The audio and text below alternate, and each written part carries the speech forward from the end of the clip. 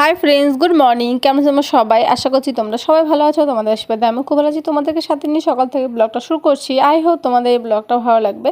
তো আমরা চলে যাচ্ছি একটা জায়গাতে, ডাহাপাড়া একটা মন্দির আছে, তো সেখানে যাচ্ছি। ধাম মন্দির বলবো না, ধাম আছে, তো সেখানে যাচ্ছি। তো গঙ্গাটা পার হতে হবে, তো সেখানে দাঁড়িয়ে আছি। তো আমাদের নৌকাটা চলছে।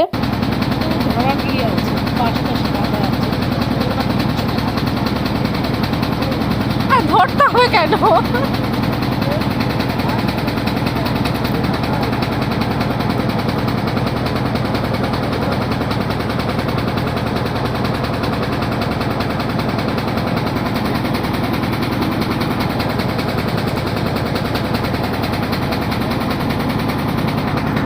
ডাহাপাড়া ধামে আমরা দেখো চলে এসেছি। জায়গাটা এতটা সুন্দর, আমি গিয়ে পুরো মুগ্ধ হয়ে গেছি। চারিপাশের পরিবেশটা এতটা সুন্দর, আর এত ফুল আছে ওখানকার, নানা রকমের ফুলের চাষ। ঠিক আছে, খুব কত রকমের যে গোলাপ আছে ওখানে, তো না দেখলে তোমরা বুঝতে পারবে না। এপাশে দেখো ফুলের চাষ করে রেখেছে গোটাটা জায়গাতে, নানা রকম ফুল, এত সুন্দর। আর আমার তো, তোমরা সবাই জানো, ফুল আমার আর কি খুবই প্রিয়। প্রকৃতির মাঝখানে এত সুন্দর আর কি জায়গা, আমার কি ভালো না লেগে আর পারে বলো?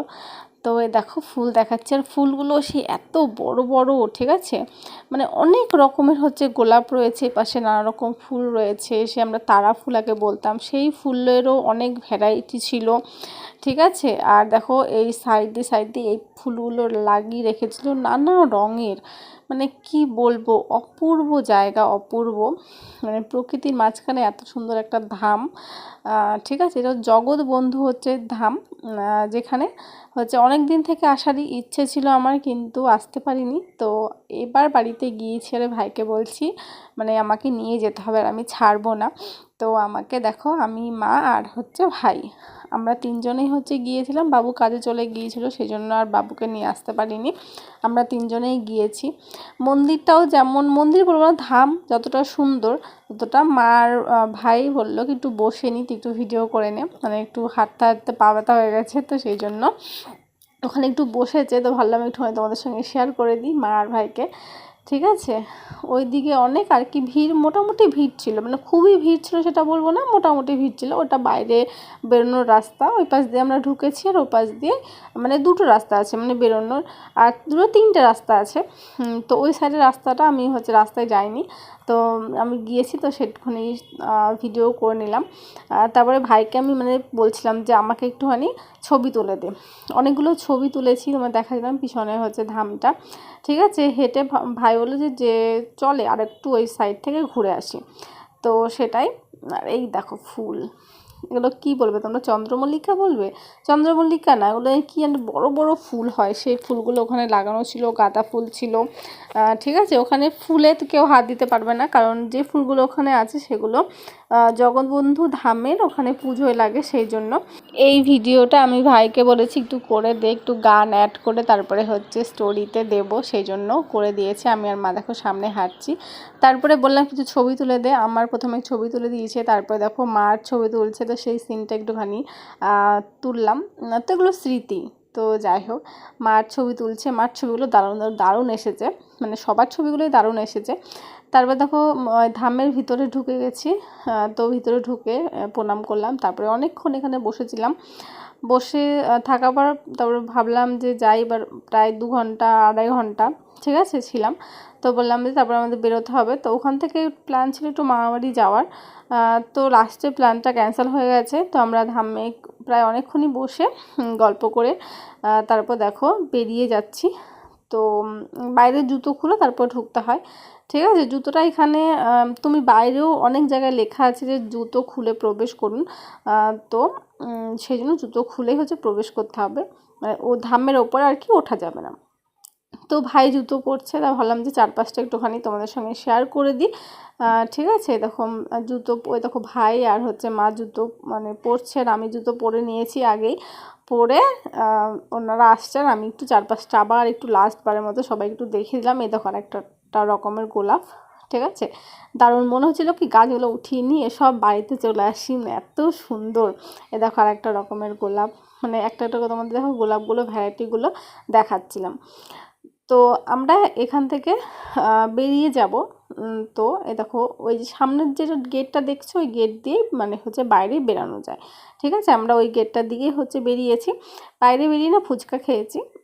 প্রথমে জল ফুচকা খাবো ভেবেছিলাম, তারপরে জল ফুচকাটা ক্যান্সেল করে তারপরে খেয়েছি দই ফুচকা। ঠিক আছে, দই ফুচকা খেয়ে আমরা হচ্ছে বেরিয়ে গেছিলাম। ভাবছিলাম কি যে ইয়ে খাবো, মেলায় যাব। তো মামাবাড়ি যাবো, মামাবাড়ি থেকে ক্যান্সেল হয়, তো ভেবেছি যে মেলায় যাব। তো সেই জন্য আর ওখানে কিছু খাইনি, মানে ফুচকায় খেয়ে তারপরে বেরিয়ে গেছিলাম। তারপর লাস্টে আর কোথাও যাওয়া হয়নি, কি বলবো, রাত হয়ে গেছিলো ওখান থেকে, মানে আস্তে আস্তে আর কি রাত হয়ে গেছে, কি বলবো বলো। তো সেই জন্য আর হচ্ছে যাইনি। বাড়িতে আসার সময় ভুট্টা নিয়ে এসেছি। আমি দেখো রেডি হয়ে গেছি, যাবো মেলায়। আমি আর মা যাচ্ছি কীর্তন শুনতে। তো এই যে মা, আমি রেডি হয়ে গেছি, মা ওই যে পিছনে আসছে, ঠিক আছে। ভাই না অনেকগুলো ফুল এনেছে, তোমাদের পরে দেখাবো। ফুল এনেছে অনেকগুলো। তো ফুল আজকে আর খাওয়া হয়নি, ফুল হচ্ছে খাবো কালকে, আজকে আর হচ্ছে হয়নি খাওয়া। তাই আমি রেডি হয়ে গেছি, রেডি হয়ে না বসে আছি। আর ওই দেখো মা। তো চলো যাই। আরও আগে মানে যেতাম, আমি একটু শুয়েছিলাম, তো শোয়াতে লেট হয়ে গেছে। চলো, আমি আর এই যে আমার মা, চলো যাই।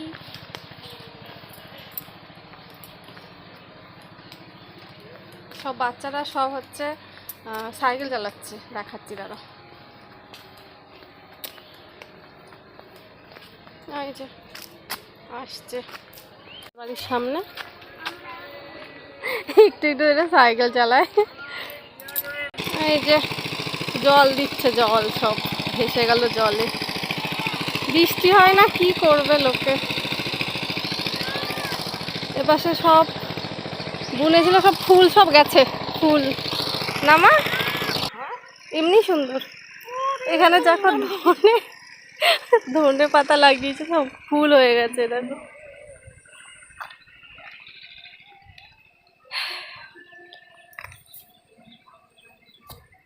কি বলবো, কিছুই বলছি না।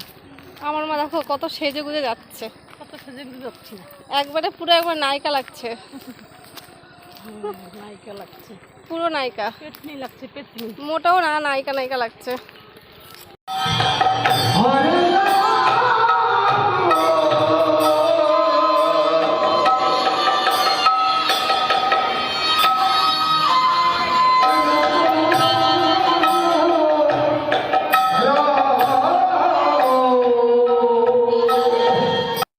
কিছুক্ষণ কীর্তন শুনে তারপরে ভেলপুরি খেয়েছি।